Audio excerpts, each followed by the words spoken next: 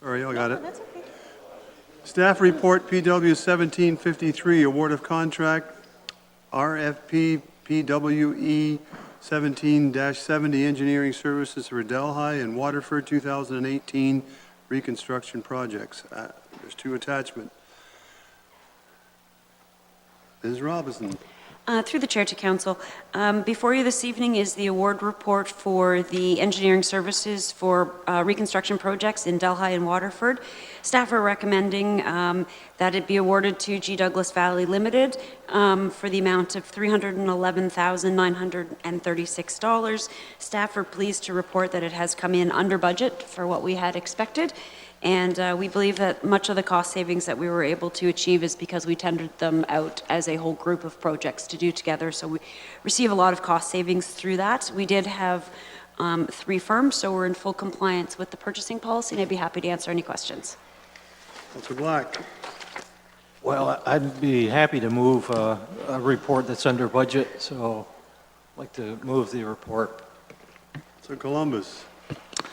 Yes, thank you, Mr. Chairman. To Lee, you know, we're spending $311,000 or $312,000 on engineering, and just like we're recommending hiring a lawyer to look after for some payback, could we not hire an engineer in-house to design this road, or even 2 engineers for that price, and work on all kinds of other roads within the county for that kind of a price of $312,000?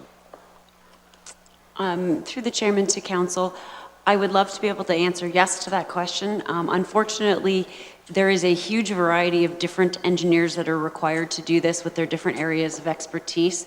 And as such, we would have to have an entire small consulting firm working in the county to be able to provide that level of expertise to do this. It is something that staff have evaluated and continue to evaluate. But at this point, unfortunately, our capital budget isn't sufficient to justify the cost of having a geotechnical engineer and some water resources engineers and some design engineers, et cetera, in-house. Okay, you've answered my question. The other question I have is with the detail. There's a stretch of road between Bell Street and the cemetery gates. It's maybe 75 feet. And I've passed this on to Sean Van Acker and Jeff de Mullemeester. Can we not include that little stretch while we're doing Bell Street? There's no utilities there or anything. It's just a little laneway is what it is.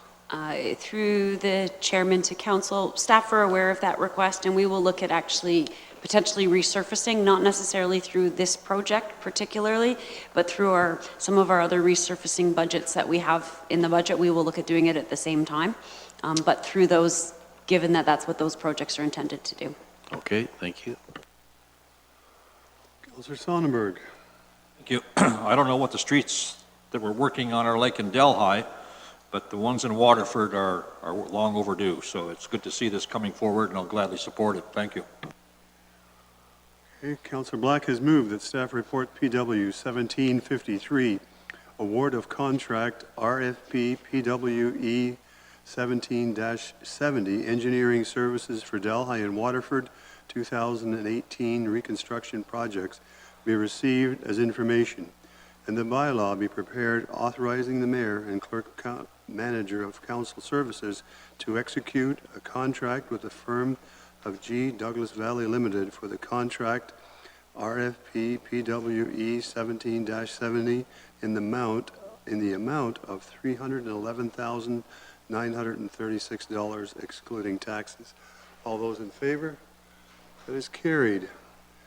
Moving on to staff report PW 1744, Queen Street South to Metcalf Street South Alley traffic control. Ms. Robinson. Through the chairman to council, before you is a report with respect to the alleyway that is located between Queen Street South and Metcalf Street South. Council will recall there was a deputation that came forward previously requesting actually to purchase a portion of this laneway. Staff recommended against that. Council directed staff to reduce the speed limit on the lane and turn it into a one-way lane. Staff have since received many concerns voiced by the people that back onto that lane. Council will also recall that Rosalie Studios provided a letter. Staff advised council that we would review the matter and report back. This is our report back, and staff are recommending that the one-way traffic direction in the bylaw be rescinded.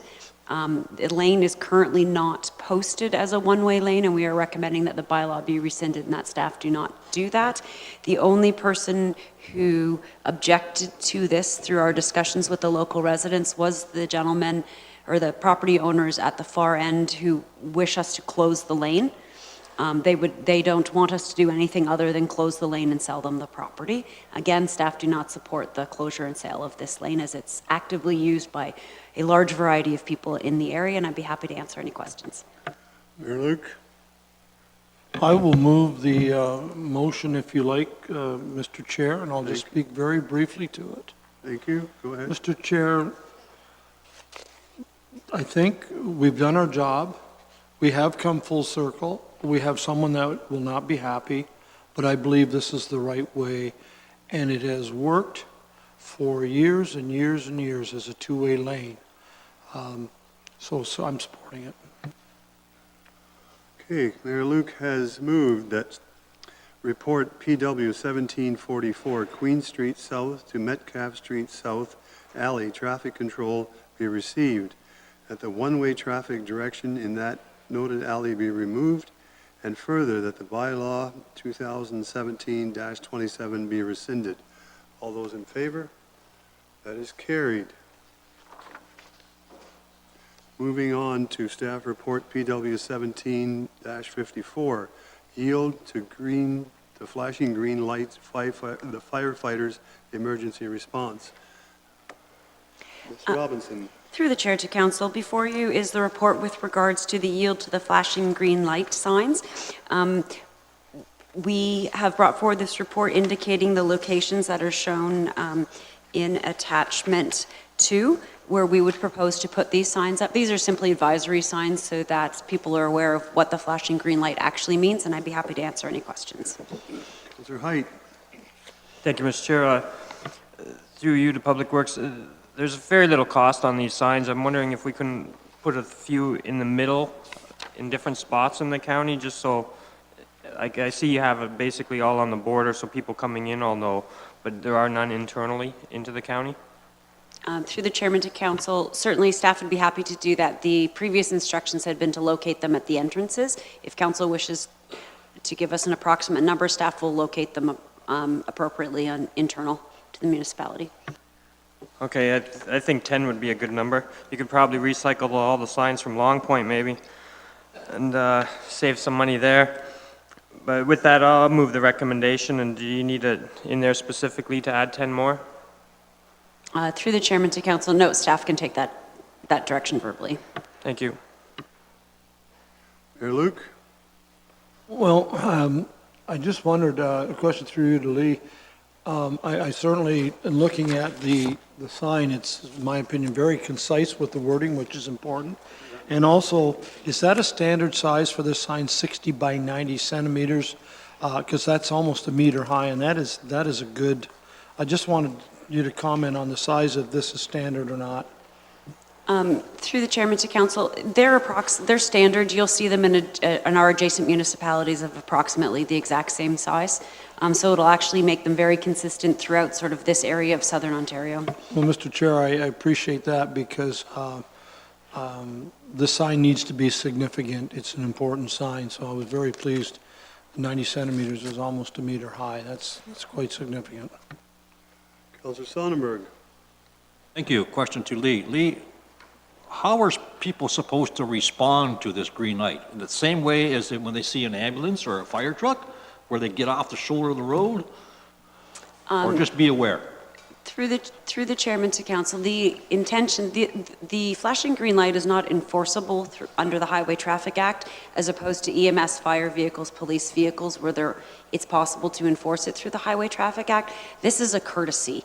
So if it is safe to do so and you're able to do so, it would be considerate of you if you would pull over to the side of the road to allow the volunteer firefighters to respond to the calls or to the stations as they need to. And while we're on the subject, I have a question.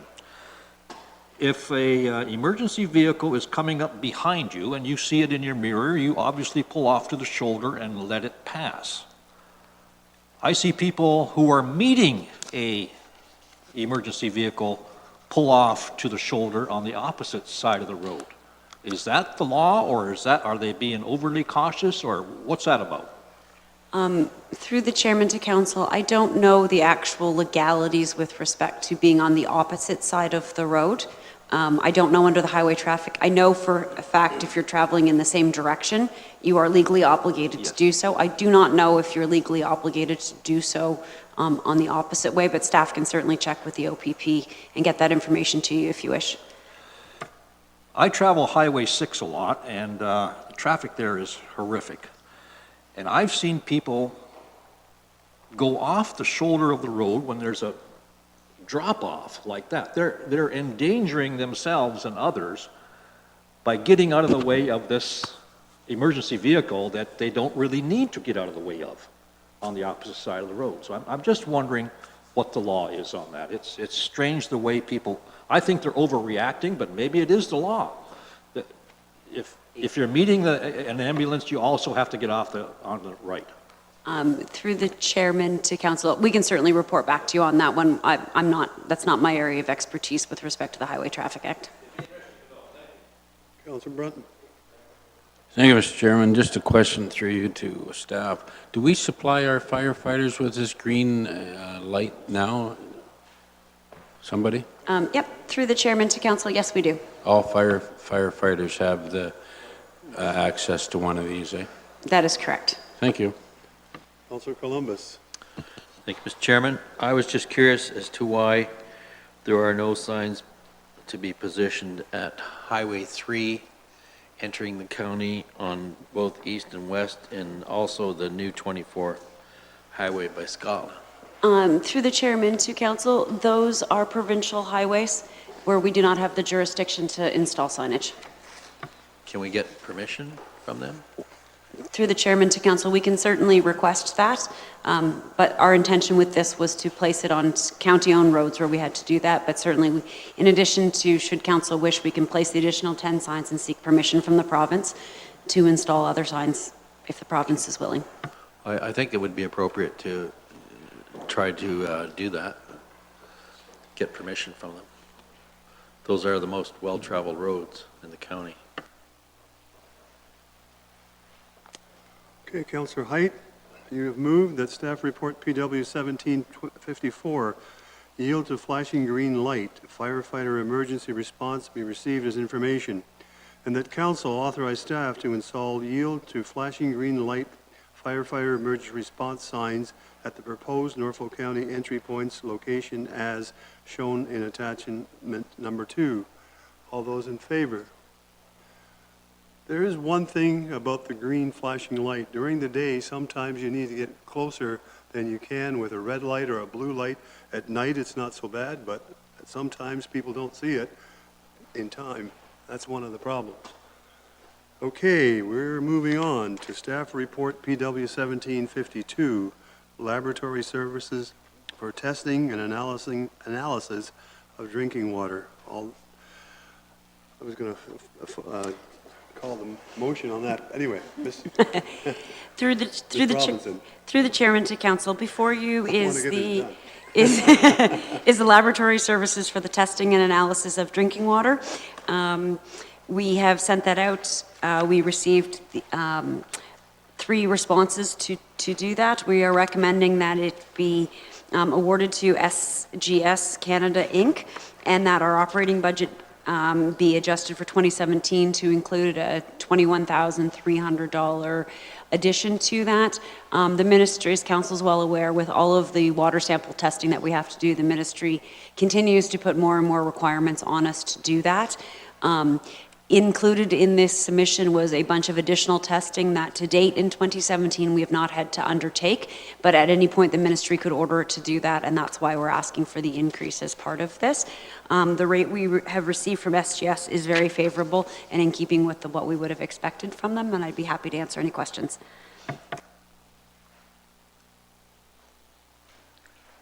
Councillor Oliver. Thank you, Mr. Chairman. I will move the recommendation in the report, but I was just sitting there analyzing what Ms. Robinson just said to us, and I'm not sure I understood it. Lee, did you say that the additional tests that have been included in the tender are ones that the ministry may require us to begin undertaking or has required us? Through the chairman to council, may require us, if certain things occur, then we must do that testing. Okay. To date, those things have not occurred, nor have they occurred in the last several years, but we are carrying it in the event that something does occur. So this budget amendment you're requesting us to make is the worst-case scenario, and we may not need all of it. That is correct. Thank you. Okay, Councillor Oliver has moved that staff report PW 1752, award of contract PWES 1706 laboratory services for the testing and analysis of drinking water be received as information, and that the contract PWES 1706 for the laboratory services for the testing and analysis of drinking water be awarded to SGS Canada, Inc. for the price set out in the report PW 1752, and further that the approved 2017 rate operating budget be amended to include $21,300 increase in the laboratory testing and analysis services, and further that the mayor and clerk manager of council services be authorized to execute the contract documents. All those in favor? That is carried. Moving on to staff report PW 17-51, Bluegrass Estates Delhi sidewalk installation. Through the Ms. chairman to Robinson. council, before you this evening, in May of 2017, council directed staff to discuss with the developer for the Bluegrass Estates subdivision in Delhi with respect to the sidewalks, and we've prepared the report in front of you as a result of those discussions, as well as other communication that we have received. And staff are recommending that the report be received, and we'll take any direction. I'd be happy to answer any questions. Councillor Columbus and Councillor Wells. Thank you, Mr. Chairman. And I have been getting calls because the residents that signed this petition against the sidewalk were notified that this was coming to the meeting July 4th. I met with some of them last night. And I do have some photos I took with my cell phone that I will pass along if they can go this way.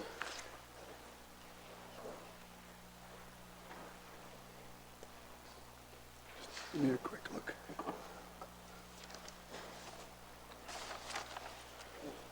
Can you bring that back this way? This way, Jim. Sorry. Okay, now we could. Anyway, these photos show what the situation would be similar to at Bluegrass Estates if the sidewalk was placed where it's to be placed 10 to 14 feet from the curb, I believe it is, something like that. These photos show some other subdivisions where this has happened, and all you've got is sections of tall dandelions where they're not cut for weeks on end and spreading into other neighbors' properties. And also, the other problem is you'll see vehicles parked on the sidewalk. This is quite common in those areas where this is a situation. This whole situation with this subdivision was really not engineered properly to make sure that the sidewalk could come right close to the curb. And hence, this is the problem that we're dealing with.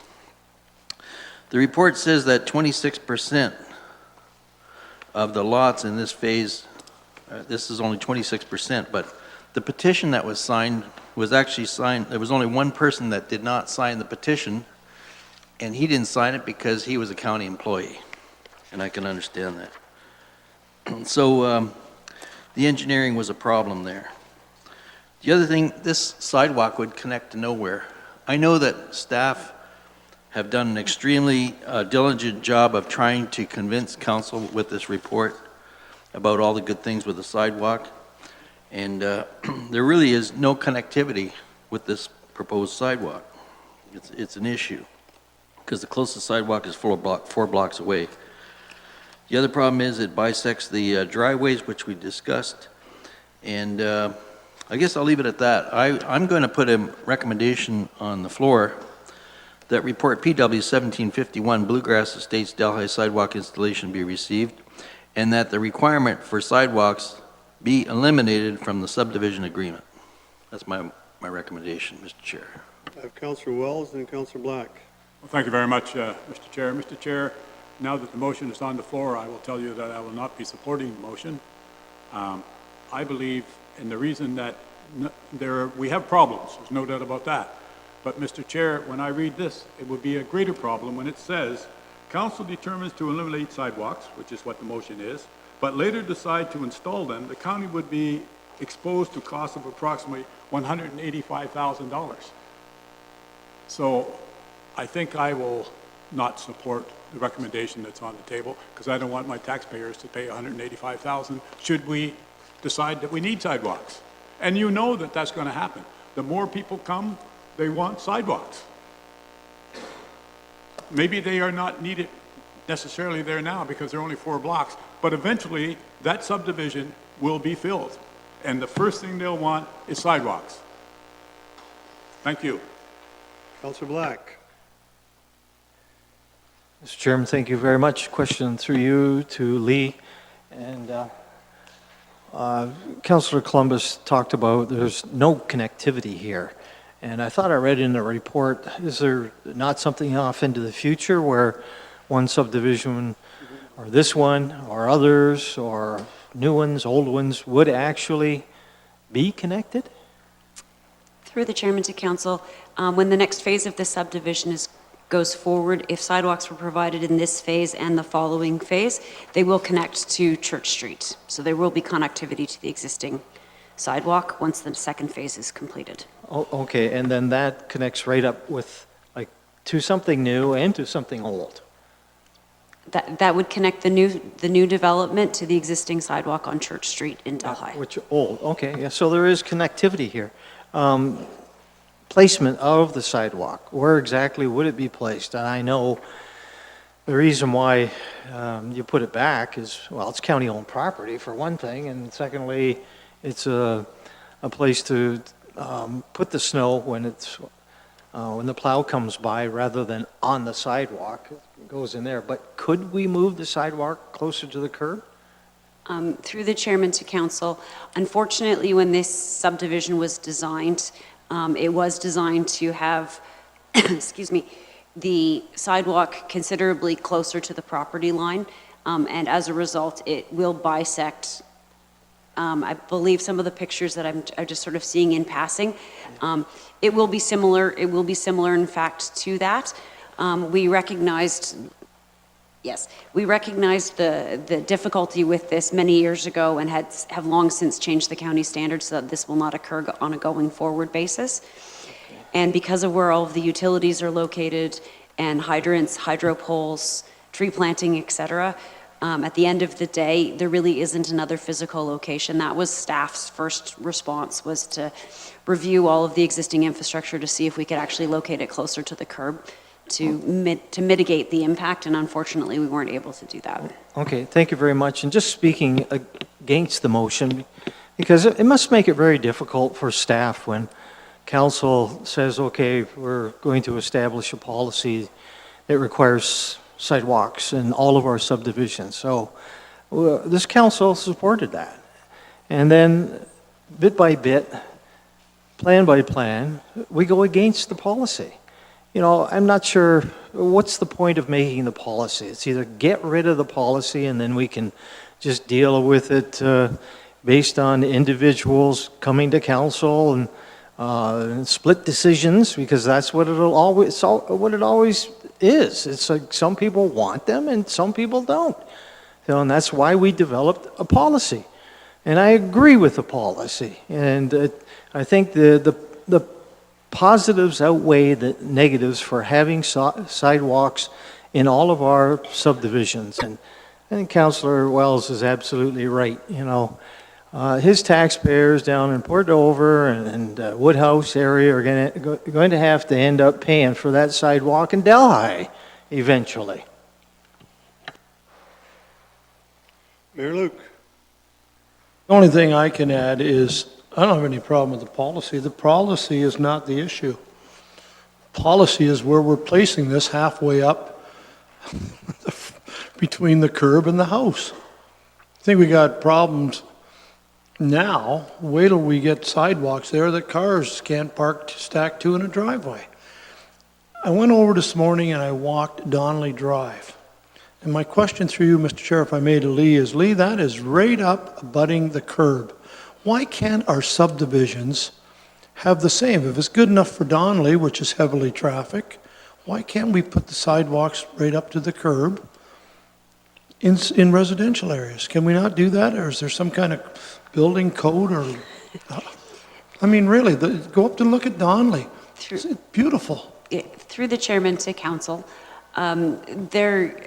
we have long since this subdivision changed where our sidewalks are located.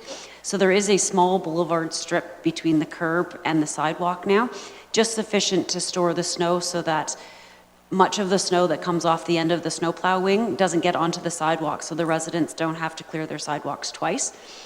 So we have come up with an excellent location that maximizes the amount of driveway space available for the residents, including parking on the municipal portion of that. Unfortunately, this subdivision was not designed that way. And so this is, I'm going to say, one of the particular cases that when you have the old versus the new, with respect to, I'm going to call it curb-facing sidewalk, Donnelly has barrier curb, so it, for lack of a better phrase, it has a big gap which protects the pedestrians. A big gap. That's what I thought Whereas you the said. rollover curb is actually intended to be driven over smoothly, whereas the barrier curb would stop a vehicle. So many of the new subdivisions have the rollover curb because then they don't have the driveway cuts for that. So when we have a little bit of space, so when we have the rollover curb with a sidewalk, from a pedestrian point of view, there's nothing really to even slow a vehicle down, whereas Donnelly has the barrier curb. So in theory, they have to be traveling extremely quickly to be able to hit it and jump it and get to the sidewalk. Hence the reason that when they worked out the standard, we found the one that had a small bit of room, maximizes the amount of driveway. Staff have worked very diligently to find the best possible solution to locating the sideways, maximizing the driveway space, et cetera. Again, unfortunately, this particular subdivision was designed and accepted long before that had been taken into place, and that's why we're in this situation in this particular case with such a large bisection of the driveways. Thank you, Mr. Chair. I knew our GM would have an answer. Thank you. Okay, Madam Clerk, can you read Councillor Columbus's motion? Thank you. Through the chair, moved by Councillor Columbus, that report PW 1751, Bluegrass Estates Delhi sidewalk installation be received as information, and that the requirement for sidewalks be eliminated from the subdivision agreement. All those in favor? Those opposed? That is carried.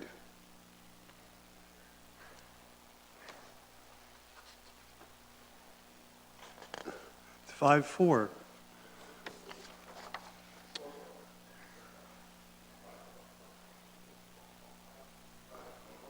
I voted.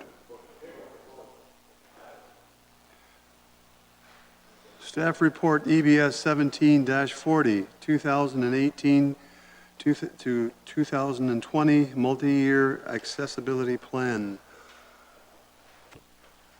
Hello, Ms. Darlington. Are you doing this, or you got somebody else with you? Thank you, Mr. Chairman. Shelby Burkin is here today, and she's going to present the report. Okay, thank you. Thank you. Mr. Chairman, the purpose of this report is to seek approval of Norfolk County's 2018 to 2022 multi-year accessibility plan. Norfolk County released its first multi-year accessibility plan in 2013. The new multi-year accessibility plan meets Norfolk County's legislated requirement to review and update the plan at least once every 5 years. Norfolk County will continue to provide annual status report updates that outline the progress of measures taken to implement the Integrated Accessibility Standards regulation. This plan reaffirms the county's ongoing commitment to meet the requirements of the AODA and its regulation to make our county inclusive and accessible. Staff would be happy to answer any questions of council. Councillor Wells. Thank you very much, Mr. Chair. Mr. Chair, did I read this correctly, that the barrier-free program for 2018-2022 includes an allocation of $1 million? Did I read that correctly? Sure. In the financial services comments, what you're looking at Yes. is the barrier-free access program has a 10-year placeholder of $150,000 per year. But for that 4-year, sorry, Mr. Mayor. Go ahead. Or Mr. Chair, for that 4-year period, if I read that correctly, 4 goes into $1,270,000. Am I not doing my math correctly? Those are financial services comments.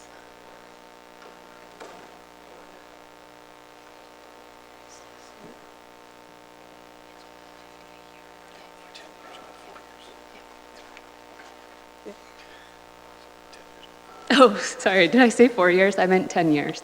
So the placeholder for our barrier-free access capital program is actually a 10-year placeholder in the capital budget. So it would be go beyond the 2022. 2018 to 2022 is the 5 years. But the actual total that finance has given is a total for the 10-year.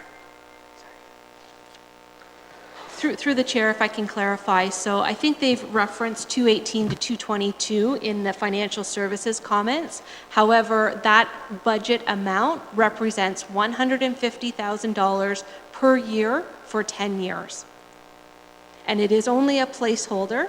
That budget allocation strictly is sitting there as a placeholder, and then all of the barrier-free projects come to council on an annual basis through the capital budget deliberations, and then in January during our tax deliberations as well. And council picks and chooses what projects they want to support, and each year council changes what they want to allocate every year. It's not consistent that we spend $150,000. Some years we spend as little as 50, other years we've spent over $150,000, but it varies, and council approves that every year. Councillor Height. Thank you, Mr. Chair, and through you to staff, I see on page 92 of our agenda that it talks about taxi cabs, and we don't have any accessible taxi cabs in Norfolk after the one quit, I suppose. And on the page previous to that, there's a list of grant opportunities. Is there anything that we could do as a partnership for submit a grant on behalf of these taxi cab companies to get some accessible cabs? Through the chair to Councillor Height, staff can investigate that further. The grant opportunity is actually open right now through the Enabling Accessibility Fund and closes July 26. So I'm not sure if we can apply on behalf of the private businesses, but perhaps they can. We can investigate it further and reach out to the taxi companies. I don't know that there's that many. There's, I don't know, 7 or 8 taxi cab companies, something like that. Because one thing was pretty neat in London, England, was all their cabs are accessible because of the way they design their little vehicles. It's pretty neat. Thank you, Mr. Chair. Someone prepared to move the motion? Councillor Height? Councillor Height has moved that staff report EBS 17-40, 2018 to 2022, multiple year accessibility plan be received as information, and that Norfolk County 2018 to 2022, multiple year accessibility plan be approved. All those in favor? That is carried. I think we probably have one more before we can do a deputation. Our deputations are coming. Staff EBS 17-42, delegated authority to award formal bid documents, council summer recess 2017. Go ahead. Thank you, Mr. Chairman. Given the success of the delegated authority to award formal bid documents, the purpose of this report is to seek council approval to further delegate its authority to the county manager to award formal bid documents in excess of $250,000 for the period of July 11th to August 22nd, 2017, under the same conditions outlined in Section 3.2.2 of the county's purchasing policy. The use of delegated authority for contract awards will allow departments and divisions to proceed with projects without delay during council's summer recess, which will result in a greater likelihood that projects will be completed sooner within the current construction season. And I'd be happy to answer any questions. Mr. Height. Thank you, Mr. Chair. Just curious about the end date there, August 22nd. Aren't we back before then? Through the chairman, that's the council date. So we will have bid documents opening and not being able to be processed in time. So that's why we use the council date of August 22nd. No, but isn't our meeting like 2 weeks before that?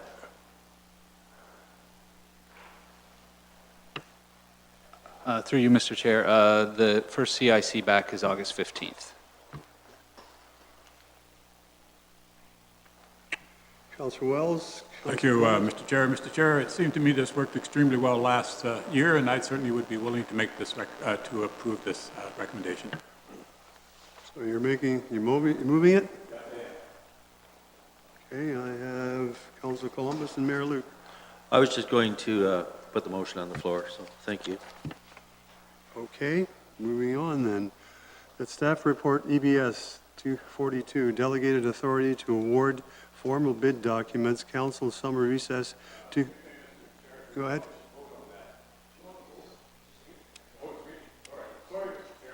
Well, I thought I'd read it. You don't want me to read it?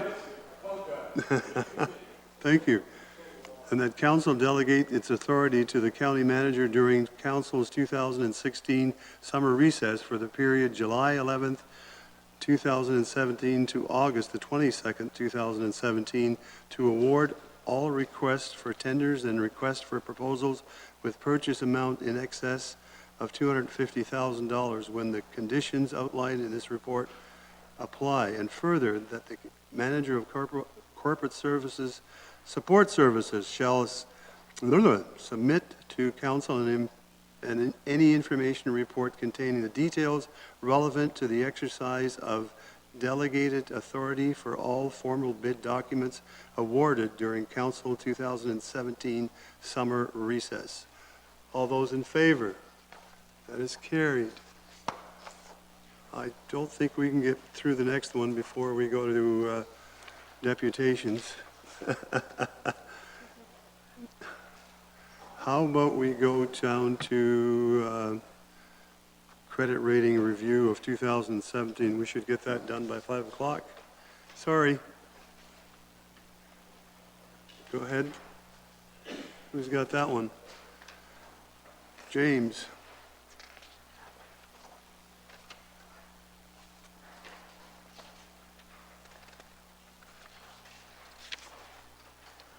Thank you, Mr. Chair.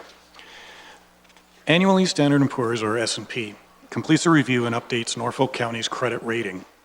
S&P Rating Services provides credit ratings for local and regional governments in more than 30 countries and has been providing credit rating review services to Norfolk County since 2001.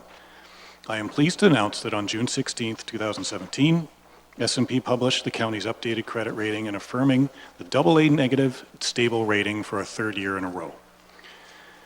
Staff were concerned during the initial process that the increase in debt and low reserve levels, our rating would be in jeopardy of being reduced. However, our rating has remained stable, but not without some caution from S&P. Two takeaways from a meeting with S&P were that increased debt and willingness to adjust modifiable revenues would affect future ratings. There is other information within the report. If council or the chair has any questions, please let me know. Questions? Councillor Height. Thank you, Mr. Chair. I'm on page 142, about halfway down. It talks analysis concerns going forward. It says during the meeting that they expressed their mounting concern over the county's reserves and reserve funds. I too am concerned because I've been here for quite a while now and I'm still waiting for that report, Mr. Chair. We as councillors have a duty of care to the taxpayers of Norfolk County. Without being provided the financial reporting that we need, we are unable to do our job, and I'm having a really difficult time right now because I can't tell my taxpayers that I'm doing the job that I feel I need to do Because I'm not getting the data. We barely get any financial reporting in this county, and that needs to end soon rather than later. This is a good report, AA. Other than that, we're missing so much information. I bring a report here, financial performance indicators from '09. This is done in 2011, and that's the last report of a council-approved policy that will never come back to council for some reason. If we talk about policies as earlier, well, here we have a policy, but the reports never come. The reserve report doesn't come. There's no debt management policy. When are we going to get this stuff in order? Will it be after the next election? Can someone answer that for me, Mr. Chair? I do have more questions, but I want to know when we're going to see some real financial reporting. Since I've been here, all we've seen is the year-end statements for 2015. Who's going to carry that one? County manager? Well, with all due respect, I've been here 11 weeks. During that 11 weeks, you've been told you're going to get the reserves report next week. Next week's going to come. We're complying. You'll have that report this time next week. Well, you'll have it before then. You'll be able to discuss it this time next week. So that is en route. We are following through with what we're instructed and what we're told we were going to do. I'm still curious about the financial performance indicator report, and if you could look into that, that would be great. But my other question would be on page 148. This is the selected indicators, the key statistics. Partway down is gross borrowings. Over to the treasurer, it says there's 0 in there. Yet, on March 16th, we issued $19 million worth of debentures. Was this done before then? Or is this based on the 2015, so it doesn't have that figure in there?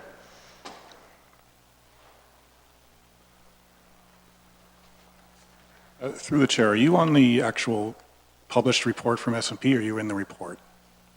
Councillor Height. Yeah, S&P report, page 148. On my agenda, anyway. Table 1. Through the chair, if I could look into that and I can respond at a later time. Yeah, but when they mention 2016 BC, that means base case. So if you look in that column, gross borrowings, it's got the 19 million for 2017, but that was issued, I'm assuming we approved it in council of August 16, 2016.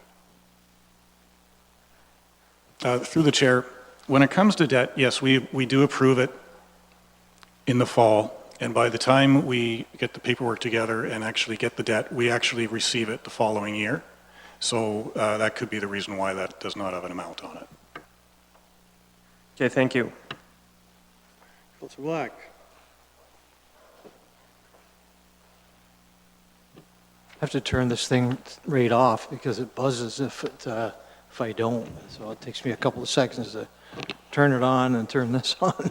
Sorry about that. But anyway, I guess I would disagree with my fellow colleague. I feel that reporting is adequate, and maybe that reflects the difference between some of the councillors that are been here for a while and are used to the reporting and maybe have received that information on an individual basis. And Mr. Chairman, I do recall when I was first on council, I had similar concerns about reports and information, being educated on the municipality, because it is a huge undertaking to understand what the municipality is all about, and some $200 million budget in total, so it is complicated, and there's no doubt about it. And I spent a lot of time in the beginning with staff on an individual basis, and they were more than happy to meet with me and explain different reports. I think that this report coming to us today reflects a high level of expertise and teamwork between this council and staff to come up with a AA minus, I guess, stable rating for the third year in a row.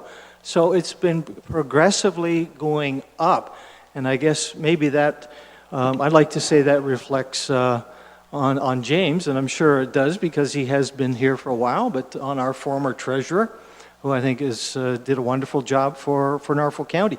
So this report, to me, is very positive and says that Norfolk County staff are doing a great job, along with this council who support our staff as a team.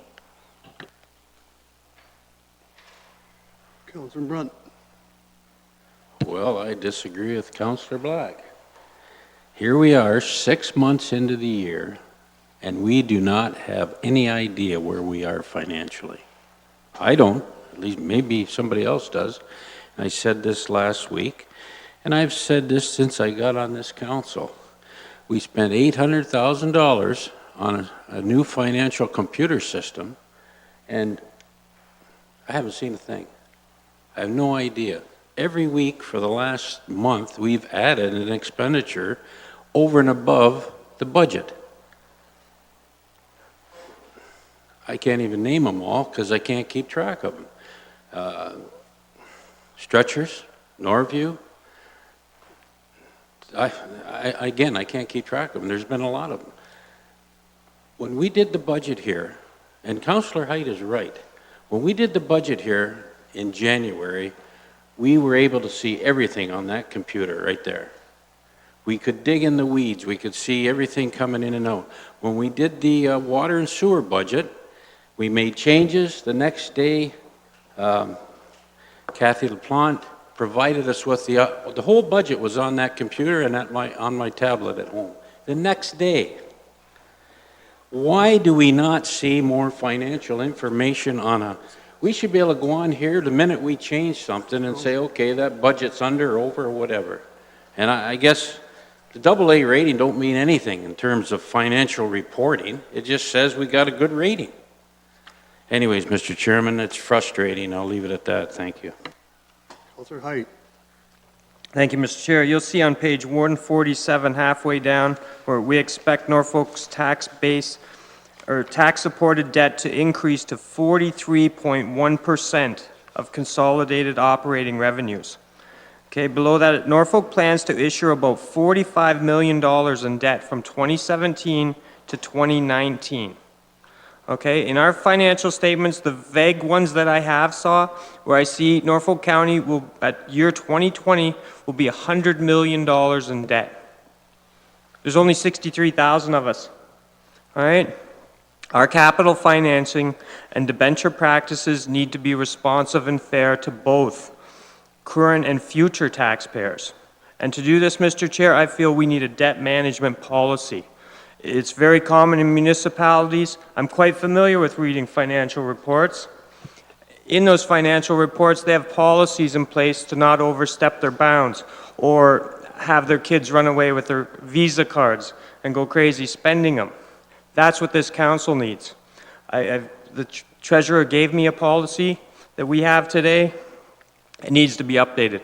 It's from '09. With that, I'll move the recommendation that it be received as information and staff bring back a report on debt management policy, Mr. Chair.